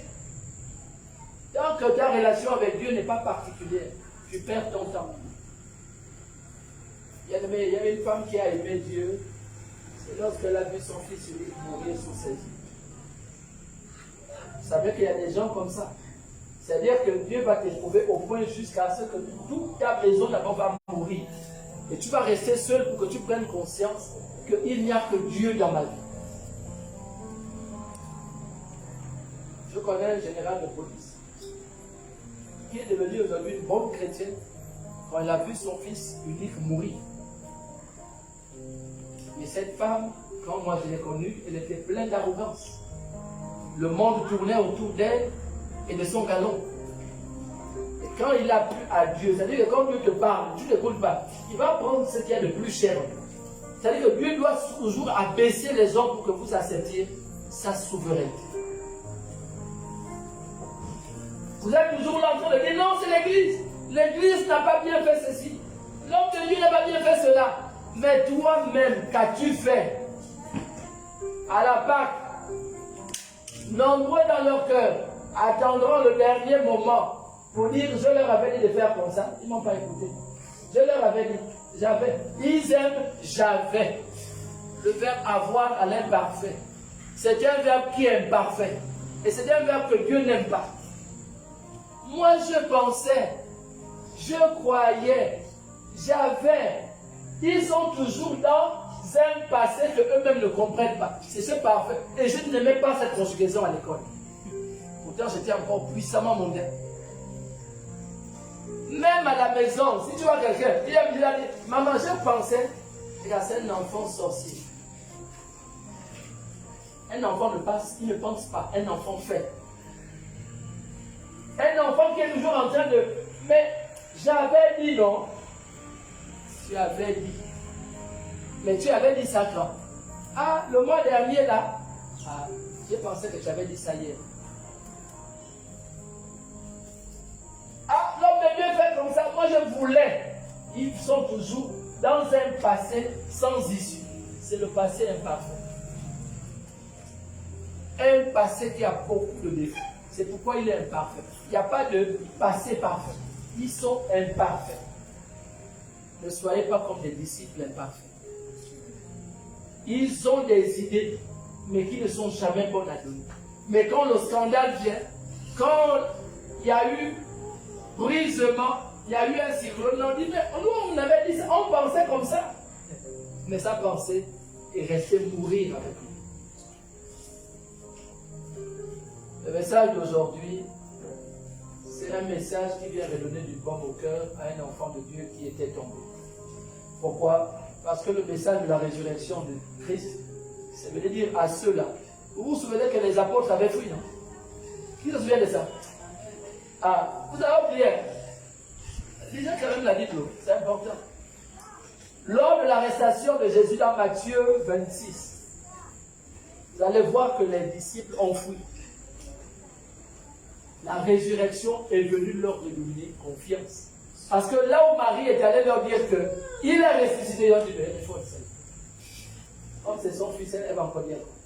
Elle vient nous inventer des choses. Jésus te dit par sa résurrection, laisse le doute, reviens à moi et tu vivras. C'est une réponse à ceux qui avaient perdu la foi. Sa résurrection vient redonner vie à celui qui était mort. C'est pourquoi il dit, lève-toi, toi qui dors, entre les morts. Réveillez-vous. Nous allons bientôt vivre la résurrection. Mais qu'est-ce qui doit revivre en toi? Qu'est-ce que tu avais perdu? Ou qu'est-ce que tu as perdu? Nous vivons la même vie. On a la foi aujourd'hui, demain on perd la foi. On avait la foi il y a 2 jours, mais 4 jours plus tard on a perdu la foi. Ça dit que votre foi, c'est en fonction des événements. Vous savez pourquoi Marie est allée au tombeau de son fils? C'est parce que c'est elle qui a eu la révélation. C'est elle qui a poussé le Messie. Est-ce que les apôtres étaient là quand Jésus est né? Ils n'ont pas vu l'apparition des anges. Ils n'ont pas vécu ça. Ils ont connu Jésus à 30 ans. Ils ne connaissent rien de Jésus. Il n'y a que la personne qui a reçu la révélation qui croira jusqu'à la fin. C'est pourquoi je vous donne une véritable révélation. Dans un ministère, le Saint-Esprit ne parle pas d'un ministère à toute l'assemblée. Vous allez voir qu'il y a des gens qui recevront des messages d'un ministère. Ils sont peut-être 5 en majorité. Mais ceux-là, vous allez toujours vous dire que, mais pourquoi ceux-là n'abandonnent pas l'homme de Dieu? Parce qu'ils ont reçu les clés du royaume. Ils savent quel est ce ministère et où va ce ministère. Ils restent là, mais ils n'ont pas entendu que l'homme de Dieu a volé, l'homme de Dieu a fait ceci. Non, ils ne sont pas dans la distraction, ils vont rester accrochés. Marie est allée à la tombe, au tombeau de Jésus, pour manifester quoi? La foi. Parce que quand l'ange Gabriel l'a visité, il a dit quoi à Marie? La voix de l'histoire. Quand Gabriel a visité Marie, il a dit quoi à Marie? Vous voyez? Non, à la naissance, quand elle a reçu la visite de Gabriel, c'était lui dire quoi? Tu es bénie d'entre toutes les femmes. C'est elle qui était bénie d'entre toutes les femmes. Et Jésus, le fruit de vous. Très bien. Mais pourquoi cela? Si j'ai eu la révélation de porter un enfant qu'un homme n'a pas mis dans mon sein, alors je dois être celle-là qui devra vivre la résurrection de mon fils. Il a été dit que le 3e jour, il ressuscite. Elle est allée au tombeau. Regardez ce qui s'est passé. Tout le monde était au tombeau. Mais Marie est allée au tombeau. Elle ne s'est pas contentée d'aller au tombeau. Mais elle est restée. Elle a attendu. Elle a observé. Bien-aimé, pour que tes yeux s'ouvrent à la Pâque, il faut que tu attends. Il ne faut pas que tu passes. Il ne faut pas que tu chuchotes. Il faut que tu attendes. Marie est allée seule. Elle observait. Elle attendait quoi? Elle attendait la réponse de Dieu. Elle attendait qu'un ange, de la même manière qu'on est venu l'annoncer, que tu recevras un enfant béni, de la même manière aussi que l'ange vient lui dire, il est ressuscité, le tombeau est vide. Qui de mieux que Marie pour recevoir la révélation de sa naissance et de sa mort? À la Pâque, bien-aimé, reste pendant les jours qui vous seront donnés. Et sois en train d'attendre. Sois en train d'attendre. Sois en train d'attendre. Et à un moment donné, tes yeux vont s'ouvrir. Et tu verras le ressuscité. Tu verras ce qu'il viendra t'apporter. Mais encore que là aussi, tu pourras vivre ça à la condition de croire. Tu peux entendre ça ce soir. Et puis Dieu enlèvera ça dans ton esprit. Parce que tu as un champ qui ne reçoit pas la sémence, qui vient produire des bons fruits. Marie est restée. Elle a attendu. Elle a attendu jusqu'à ce que le miracle se produise. Elle allait dire aux apôtres, il est ressuscité, le tombeau est vide. Pourquoi alors tous ils sont venus? Parce qu'après Marie et Joseph, ce sont eux qui ont eu la révélation. Pierre, après la pêche miraculeuse, a dit, Seigneur, éloigne-toi de moi, parce qu'il n'y a rien de bon en moi. Mais Jésus voulait faire de lui un pécheur. Que veux-tu que Jésus fasse à la résurrection? C'est même calamité qui continue à l'accompagner, c'est même problème qui continue à être au quotidien.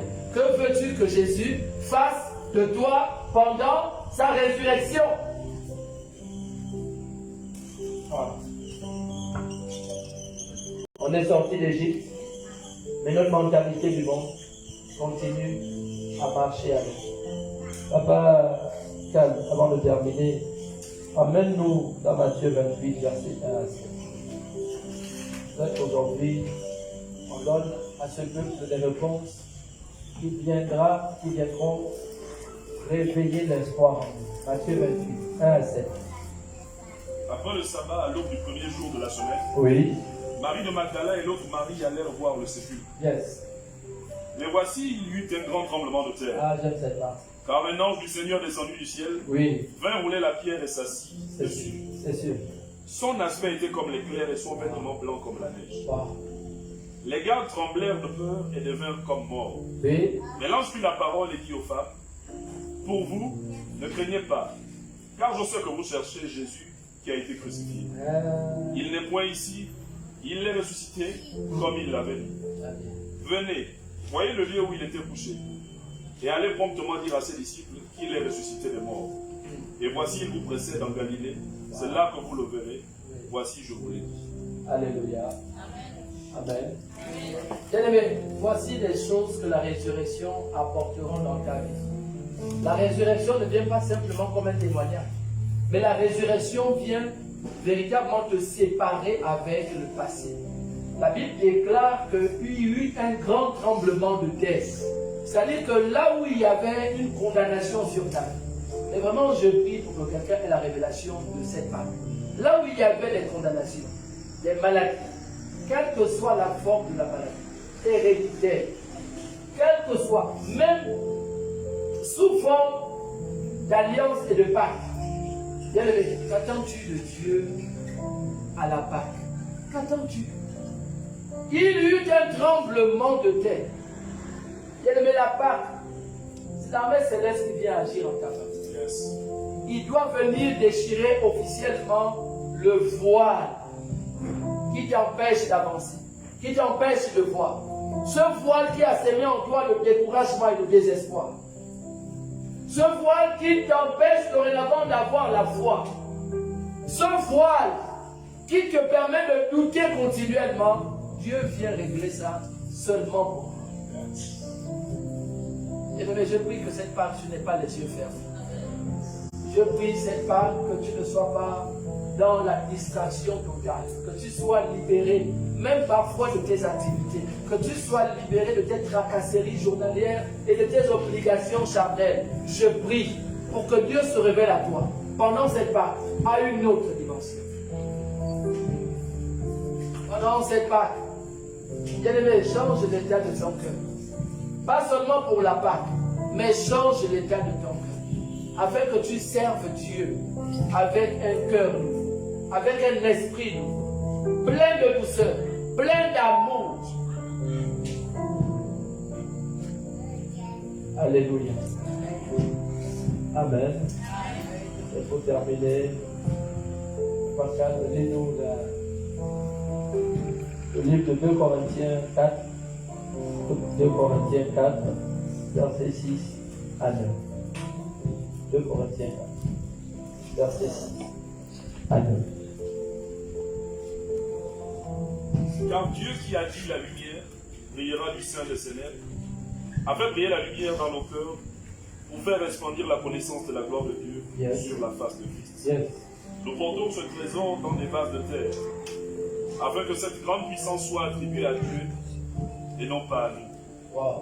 Nous sommes pressés de toute manière, mais non réduits à l'extrémité dans la détresse, mais non dans le désespoir.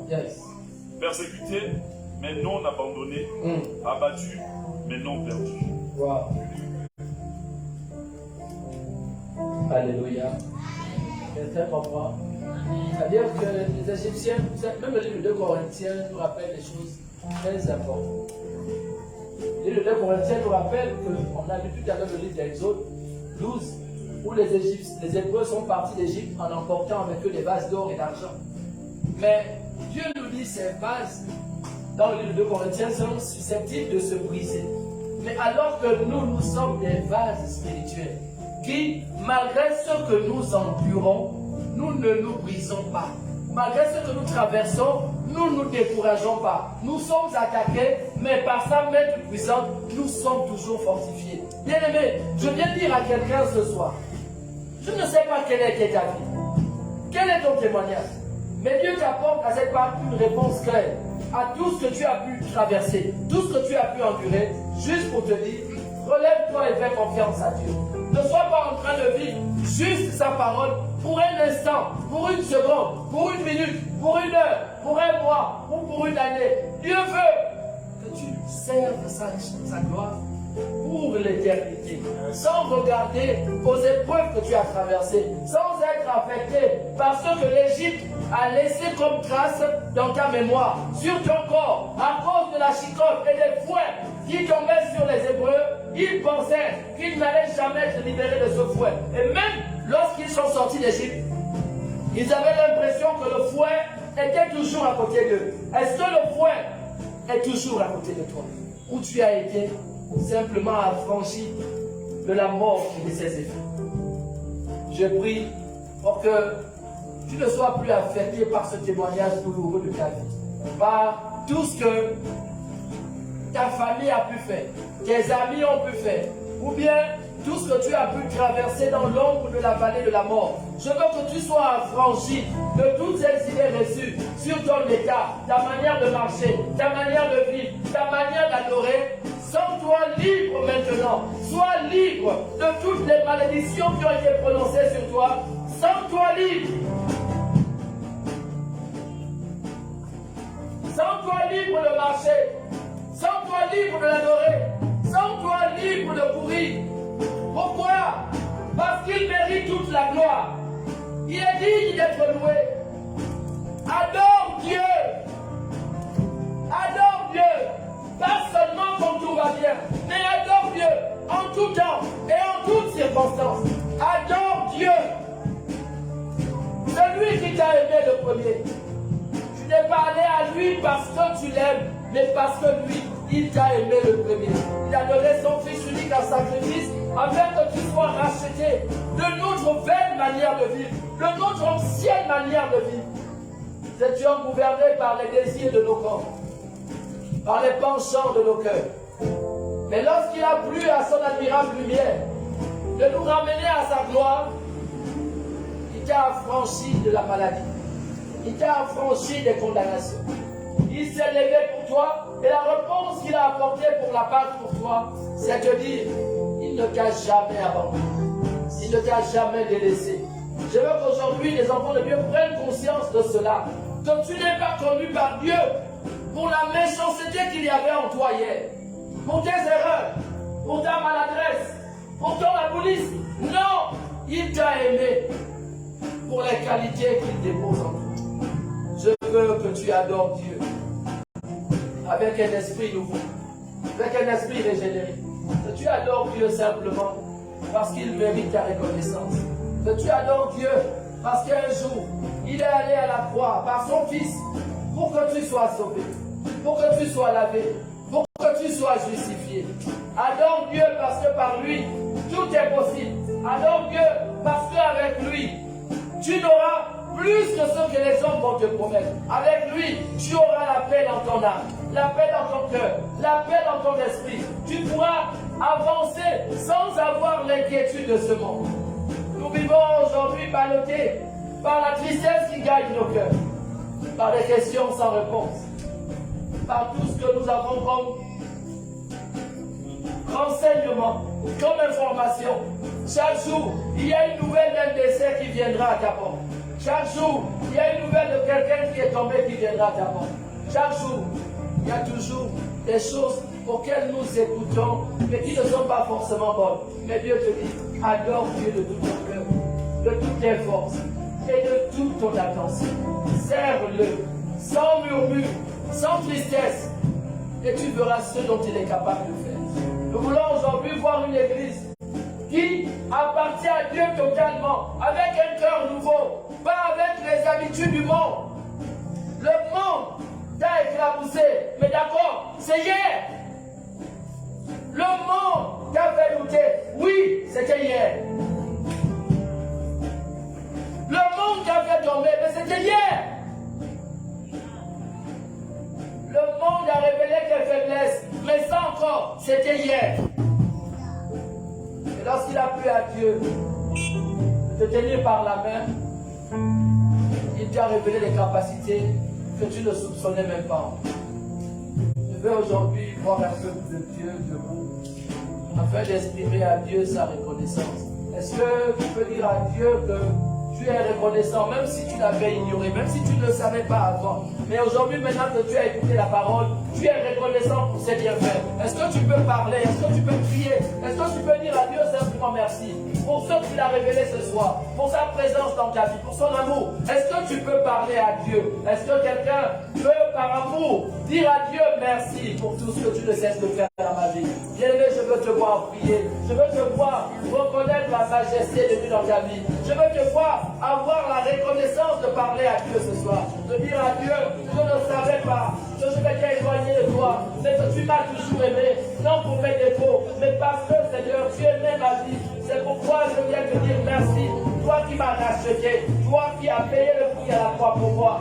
Bien-aimé, je veux te voir prier. Jésus est allé à la croix pour toi. Il est allé à la croix pour tes enfants. Tu ne portes plus de condamnation. Tu ne portes plus de malédiction. Tu ne portes plus la marque du péché. Car dorénavant, tu es libéré. Tu as franchi de toute condamnation. Il t'a libéré. Il a payé le prix pour toi. Sans toi libre. Lève-toi. Que les malades déclarent que je suis guéri. Que les malades déclarent que je suis guéri. Au nom de Jésus. Sans toi libéré. Sans toi libéré. Dans le nom de Jésus, je prie, oh Dieu, que tu puisses toucher quelqu'un ce soir, que tu changes le cœur, que tu changes notre manière de te servir. Remplis d'amour, parle-nous, conduis-nous, Seigneur, car tu es digne d'être élevé, tu es digne d'être glorifié. Seigneur, que nos cœurs, Seigneur, soient soifés, Seigneur, par toi, au nom de Jésus. Car si nous t'adorons, Seigneur, les sources de vie continueront à couler en nous.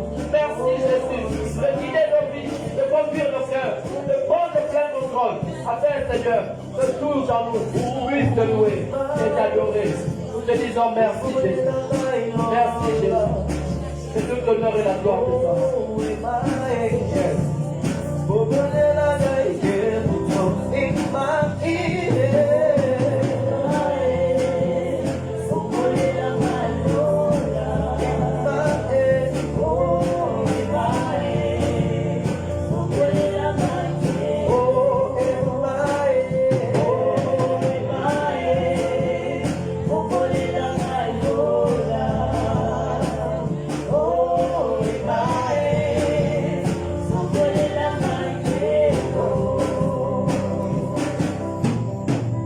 Alléluia.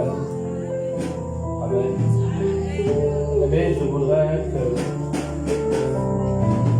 ce soir, avant que nous ne puissions terminer, je veux voir un peuple de Dieu poussé par le Saint-Esprit.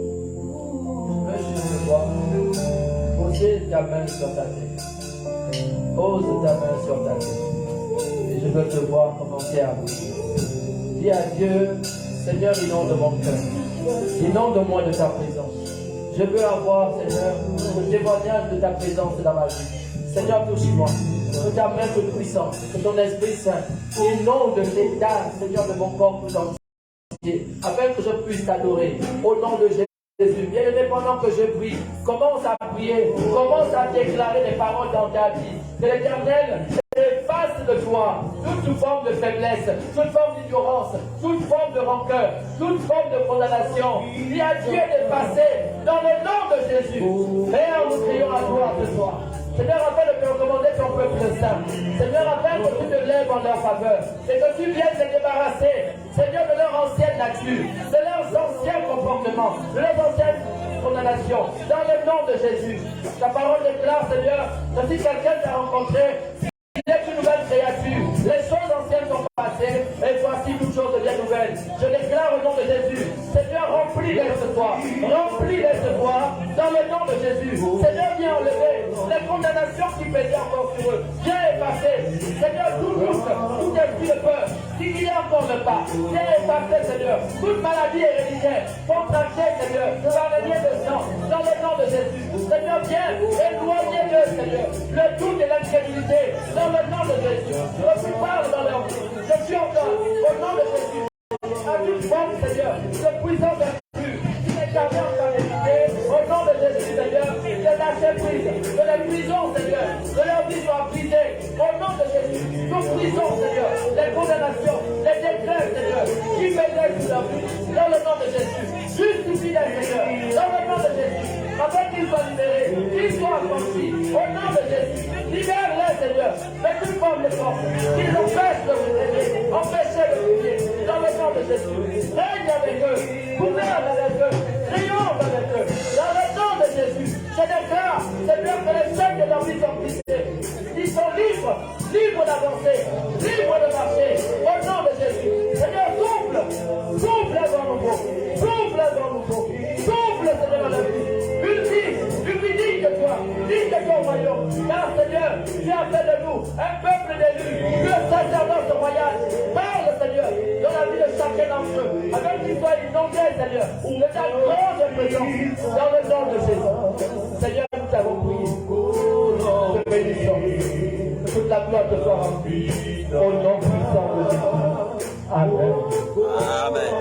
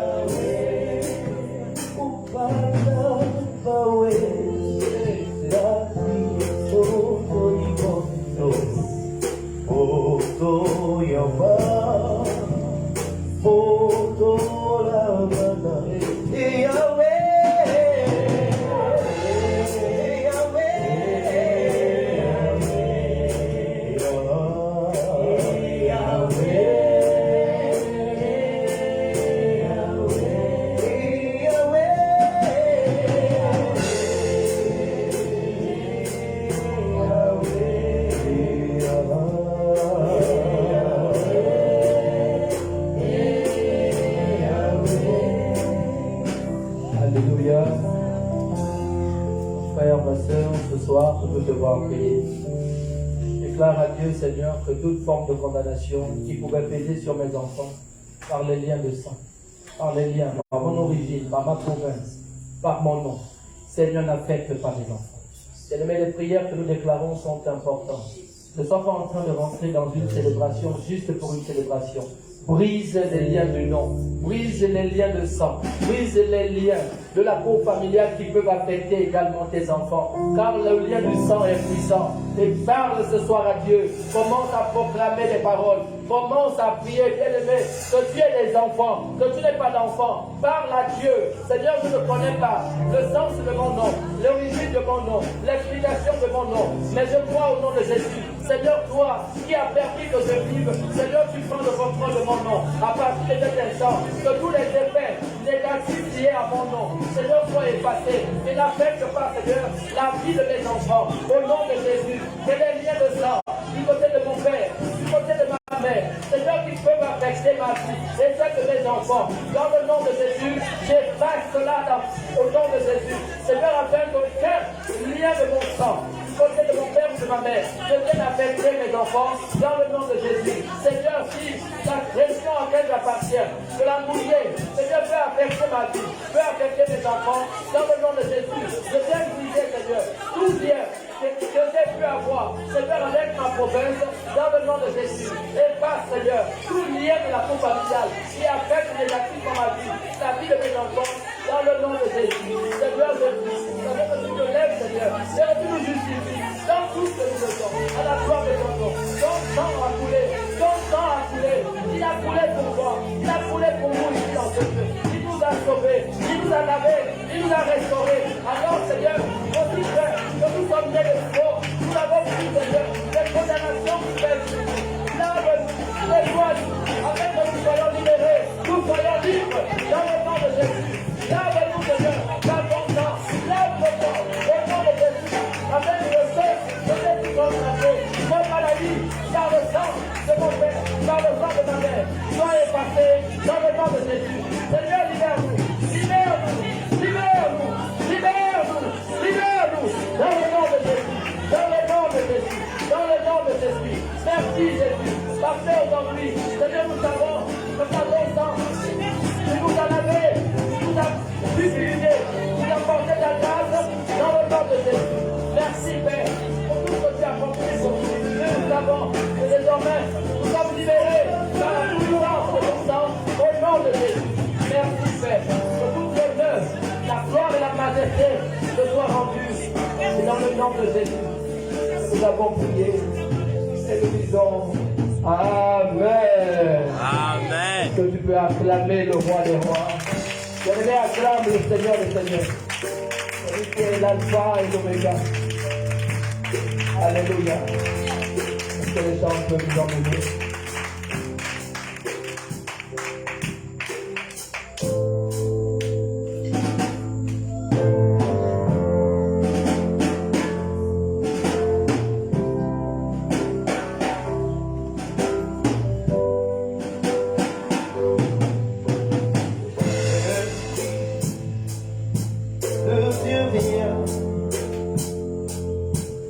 C'est l'heure, nous